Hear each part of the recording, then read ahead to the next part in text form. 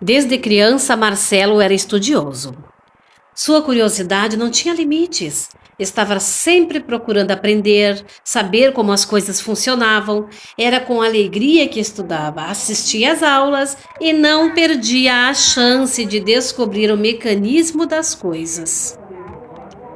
Se andava de trem, conversava com os funcionários, perguntando o que movimentava a máquina, como era o motor, o que fazia andar, qual a velocidade da máquina, que ano a locomotiva havia sido construída, etc. Como os empregados não tinham as respostas que ele queria, acabava sempre encontrando algum passageiro que entendesse do assunto com o qual mantinha animada a conversa. Se ia ao museu, queria saber tudo sobre as obras expostas. Ao fazer compras, pedia informações sobre o material dos produtos e assim por diante. Como as pessoas não tinham todas as informações que ele queria, procurou nos livros, tornou-se um leitor inveterado. Aos 20 anos era considerado um gênio. Discorria sobre qualquer assunto com precisão e acerto. Seus pais orgulhavam-se dele, passando a consultá-lo para tudo, desde a simples reforma da casa até os complicados assuntos dos negócios da família. Cursou 2 faculdades ao mesmo tempo e em ambas sempre o primeiro lugar. Tornou-se em física e em direito, mas conhecia outras disciplinas. Conversava sobre doenças, corpo humano com propriedade. Discutia comportamento com conhecimento das mais modernas técnicas de terapia. Estava a par de todas as descobertas em qualquer área do conhecimento. Seus pais esperavam dele grandes coisas. Entretanto, o tempo foi passando sem que ele definisse aonde e em que pretendia trabalhar. Ele beirava os 30 anos e eles esperavam que de uma hora para outra ele se decidiria. Porém, sempre que tocavam no assunto, recebiam respostas evasivas. Ser um físico era interessante, porém o nível de emprego era difícil. Ele queria um lugar onde pudesse continuar a pesquisar e nos empregos que lhe haviam sido oferecidos, ele teria que se sujeitar a fazer o que sabia. Como advogado, não se sentia à vontade porque a legislação do país, retrógrada e antiquada, não lhe permitia como ele gostaria. Com seus pais, era abastados, supriu-lhe todas as necessidades. Assim, ele continuou pesquisando, procurando aprender cada vez mais. Seus pais contemporizavam. Eles entendiam que estava difícil um trabalho à altura de tão sábia criatura.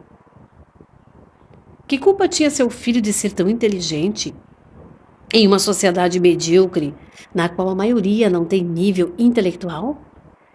Insatisfeitos, eles preferiram culpar a sociedade e governo, a falta de cultura do país e os baixos salários que não permitiam a um sábio como Marcelo encontrar um lugar à altura. Por fim, decidiram que ele deveria viajar e ir a outros países onde certamente seria valorizado e encontraria finalmente algo digno dele. Marcelo aceitou prazerosamente. Abrir o seu campo de conhecimentos era-lhe muito agradável. Imediatamente fez o seu roteiro e começou a percorrer por outros países. Viajou pela Europa, onde permaneceu algum tempo, foi aos Estados Unidos, à Ásia, percorreu o mundo. Estava com 52 anos quando teve que voltar ao Brasil com a morte do pai. Como estava longe, não pôde ir ao enterro. Ao chegar, confortou a mãe desolada e ajudou-a com o inventário e os problemas legais da família.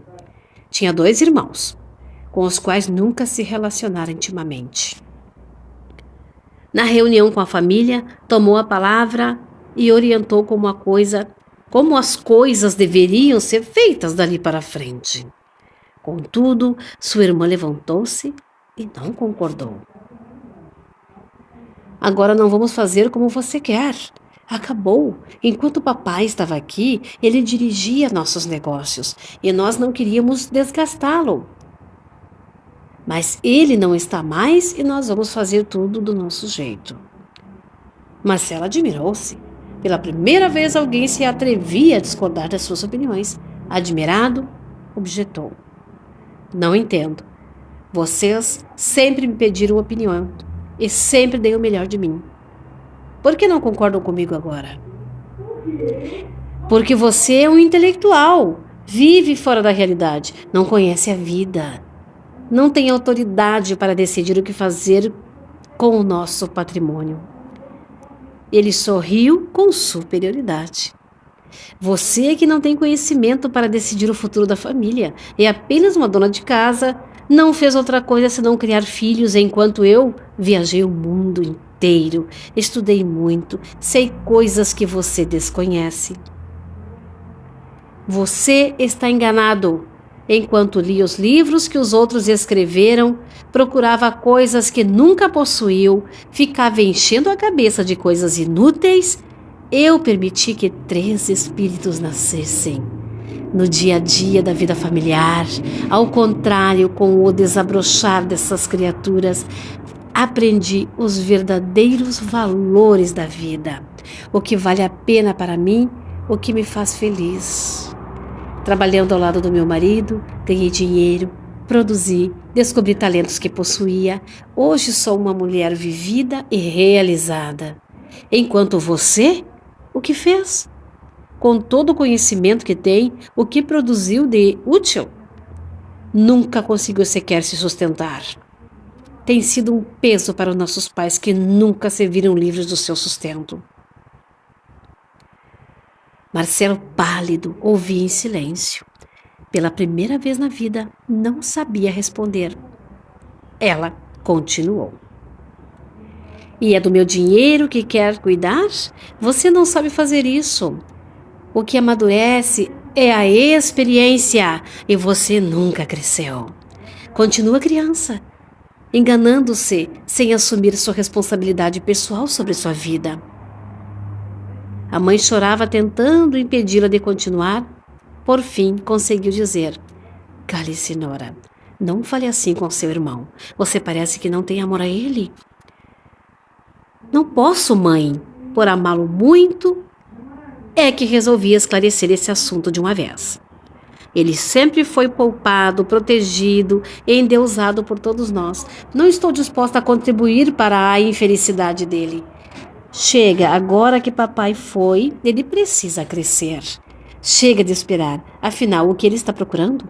Até quando pretende continuar ocioso e inútil?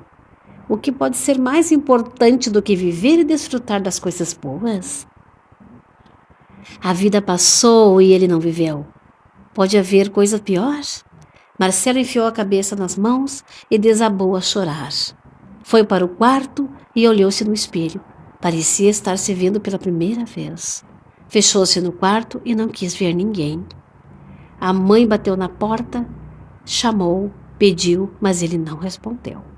Sentado em frente ao espelho, não fazia outra coisa senão pensar, sentia um vazio interior e isso o assustava.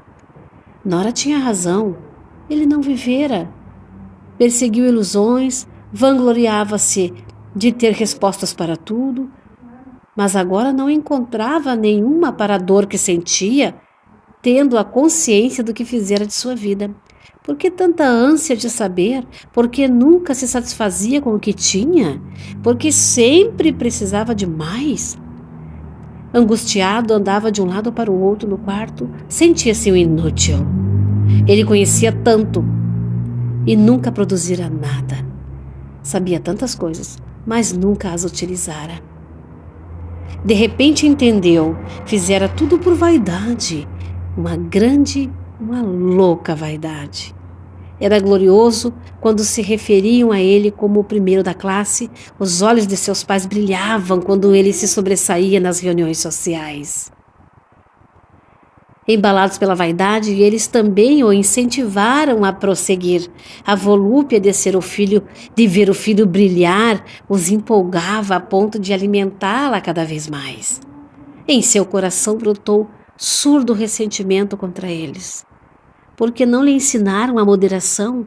Porque permitiram que ele se iludisse e não os chamam à responsabilidade, obrigando-o a trabalhar e tornar-se um homem útil? No dia seguinte, quando finalmente saiu do quarto, procurou a irmã e, abraçando-a com carinho, agradeceu. Obrigado, Nora. Você fez mais por mim do que qualquer pessoa da família. Reconheço que tem toda a razão.